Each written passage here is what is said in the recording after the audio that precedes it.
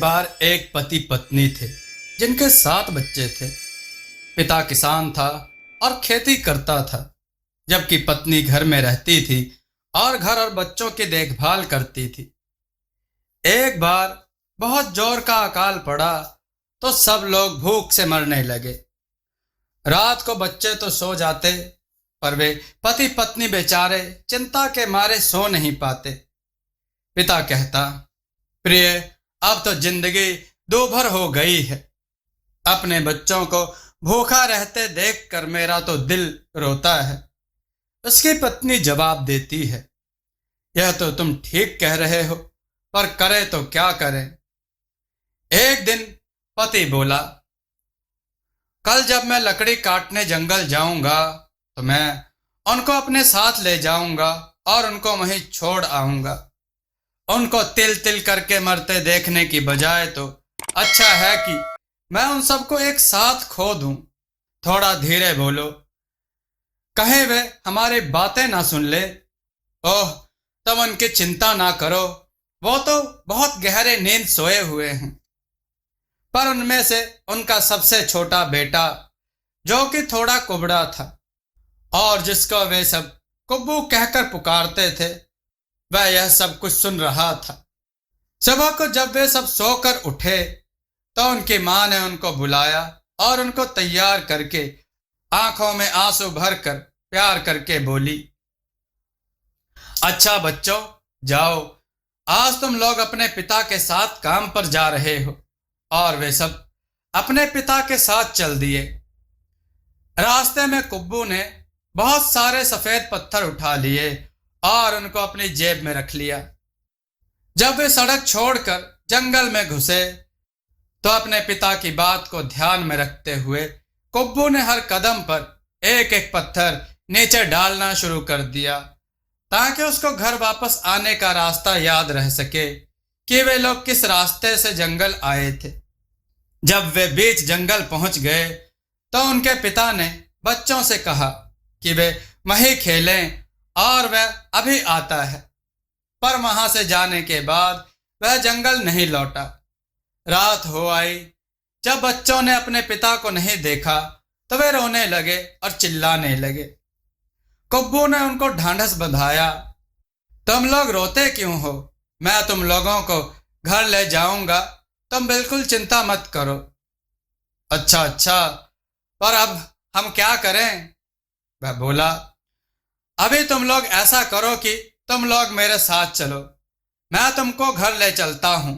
ऐसा कहकर उसने अपने गिराए हुए पत्थरों को ढूंढना और उनके पीछे पीछे चलते हुए वे सब अपने घर आ गए। उनकी मां उनको देखकर बहुत खुश हुई, पर आश्चर्य से बोली, पर तुम लोग घर वापस आए कैसे? सब बड़े बच्चों ने कहा, कुब्बू ने हम सबको रास्ता दिखाया मां, और हम घर आ गए। वे बच्चे कुछ दिनों के लिए घर में रहे, पर जल्दी ही फिर उनके पिता ने उनको जंगल में छोड़ने का विचार किया, क्योंकि अकाल के खत्म होने के तो अभी कुछ आसार ही नजर नहीं आ रहे थे। उनकी मां ने 7 रोटियां खरीदने के लिए घर की हर चीज बेच दी थी। अगले दिन उनकी मां ने उन सब बच्चों को एक एक रोटी दी और उनके पिता के साथ जंगल भेज दिया। सब बच्चों ने तो अपनी अपनी रोटी खा ली, पर कुब्बू ने नहीं खाई। उसने उसके छोटे छोटे टुकड़े किए और अपनी जेब में रख लिया। इस बार उनका पिता कुब्बू के पीछे पीछे चल रहा था। वह यह देखता चल रहा था कि अब की बार तो कुब्बू कहीं सफेद पत्थर नहीं फेंक रहा। पर अब की बार कुब्बू ने पत्थर तो नहीं फेंके। अब की बार उसने अपनी जेब में अपनी रोटी के जो टुकड़े करके रख लिए थे, जब वह जंगल में घुसे तो वह कदम कदम पर उनको फेंकता जा रहा था। जब वे सब जंगल में पहुंचे तो फिर पिछली बार की तरह से इस बार भी उनका पिता उन सबको जंगल में अकेला छोड़कर चला गया और फिर वापस नहीं आया। अंधेरा होने पर भी जब पिता नहीं आया तो सारे बच्चे रोने और चिल्लाने लगे, पर कुब्बू ने एक बार फिर उन सबको ढांढस बंधाया और कहा कि वह उनको उस दिन की तरह से फिर घर वापस ले जाएगा। कहकर उसने अपनी फेंकी हुई रोटी के टुकड़ों को ढूंढना शुरू किया, तो वे तो उसको कहीं दिखाई ही नहीं दिए। लगता था कि उनको या तो चिड़िया खा गई थी या फिर चींटियां ले गई थी, और कुब्बू घर का रास्ता ना ढूंढ सका। उसके भाई फिर रो पड़े। अचानक वह बोला, जरा ठहरो। कहकर वह एक गिलहरी की तरह एक ऊंचे पेड़ की सबसे ऊंची वाली टहनी पर चढ़ गया और चारों तरफ देखने लगा। कहीं दूर उसको एक छोटी सी रोशनी दिखाई दी। उसको देखकर वह बोला, हमको इस दिशा में जाना चाहिए, लगता है वहां कोई रहता है। सो वे सब उसी दिशा में चल दिए। काफी देर तक चलने के बाद वे एक घर के सामने आ गए। वहां आकर उन्होंने उस घर का दरवाजा खटखटाया। एक जादूगरनी ने दरवाजा खोला। उसके बाल बहुत लंबे थे, दांत बहुत टेढ़े थे और आंखें लालटेन की तरह जल रही थी। इस सब से वह अपने असली रूप से कुछ जरा ज्यादा ही जादूगरनी लग रही थी। उन बच्चों को देखते हुए वह बोली, अरे मेरे बच्चों, इतनी रात में तुम कहां मारे मारे फिर रहे हो? कुब्बू बोला, चाची, हम लोग जंगल में रास्ता भूल गए हैं। हमने आपके घर में रोशनी जलती देखी तो इधर आ गए। वह जादूगरनी बोली, यह तो तुमने बहुत ही अच्छा किया कि तुम यहाँ आ गए, पर मेरे बच्चों, तुमको मुझे कहीं छिपाना पड़ेगा, क्योंकि यहाँ एक चाचा जादूगर रहता है। जैसे ही वह चाचा जादूगर यहाँ आएगा, वह तुमको एक ही कार में खा जाएगा। पर तुम चिंता ना करो, मैं उसके लिए एक भेड़ भून कर रखी है। अगर तुम बिल्कुल आवाज ना करो तो मैं तुमको अपने बच्चों के साथ उनके बिस्तर में लिटा दूंगी, फिर तुम लोग सुरक्षित रहोगे। मेरे अपने भी 7 बच्चे हैं। बच्चे राजी हो गए।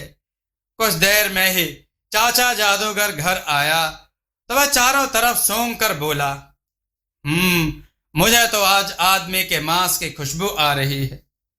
उसकी पत्नी बोली, तुम जब भी घर आते हो यही कहते हो। आओ बैठो, देखो मैंने तुम्हारे लिए कितना स्वादिष्ट भेड़ का मांस भून कर रखा है। तुम अपना काम देखो और उन बेचारों को छोड़ दो। वे 7 छोटे छोटे भाई बेचारे जंगल में रास्ता भूल कर यहाँ आ गए हैं। हमारे भी तो 7 बच्चे हैं। हम भी तो अपने बच्चों को किसी तरह दुखी नहीं देख सकते, इसलिए मैंने उनको भी अंदर बुला लिया, क्योंकि वे बहुत दुखी थे। चाचा जादूगर ने कहा, ठीक है, तो मुझे भेड़ का मांस ही दे दो। मैं बहुत थक गया हूं और जल्दी सोने जाना चाहता हूं। चाचा जादूगर के बच्चे सोने के लिए जाते थे तो वे अपने सिरों पर फूलों के मुकुट पहन कर जाते थे। वे एक बड़े बिस्तर पर सोते थे। उन्हीं के पैरों की तरफ जादूगरनी ने कुब्बू और उनके भाइयों को सुला दिया। जैसे ही जादूगरनी कमरे से बाहर गई, कुब्बू ने सोचा कि जादूगरनी के बच्चों ने फूलों के मुकुट क्यों पहन रखे हैं। इसके पीछे कोई राज तो जरूर था। उसने चाचा जादूगर के 7 बच्चों के फूलों के मुकुट उतार कर अपने और अपने भाइयों के सर पर रख दिए। जैसे ही उसने यह काम खत्म किया कि उसने देखा कि चाचा जादूगर दबे पांव उस कमरे में चला आ रहा था। कमरे में क्योंकि अंधेरा था, इसलिए उसने आकर बच्चों को हाथ से छू कर देखना शुरू किया। पहले उसने अपने बच्चों को छुआ, कुछ महसूस किया, और फिर उसने कुब्बू और उसके भाइयों को सिर पर छुआ तो वहां उसने उनके सिर पर फूलों का मुकुट पाया, तो उसने उनको छोड़ दिया। उसने फिर से अपने बच्चों को छुआ तो उनके सिर पर फूलों का मुकुट नहीं था। सो वह उनको एक एक करके खा गया।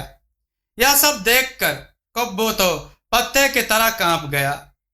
चाचा जादूगर ने जब अपना आखिरी बेटा खा लिया तो उसको खाकर अपने होंठ चाटे और बोला, अब तो मैं सब बच्चों को खा लिया है।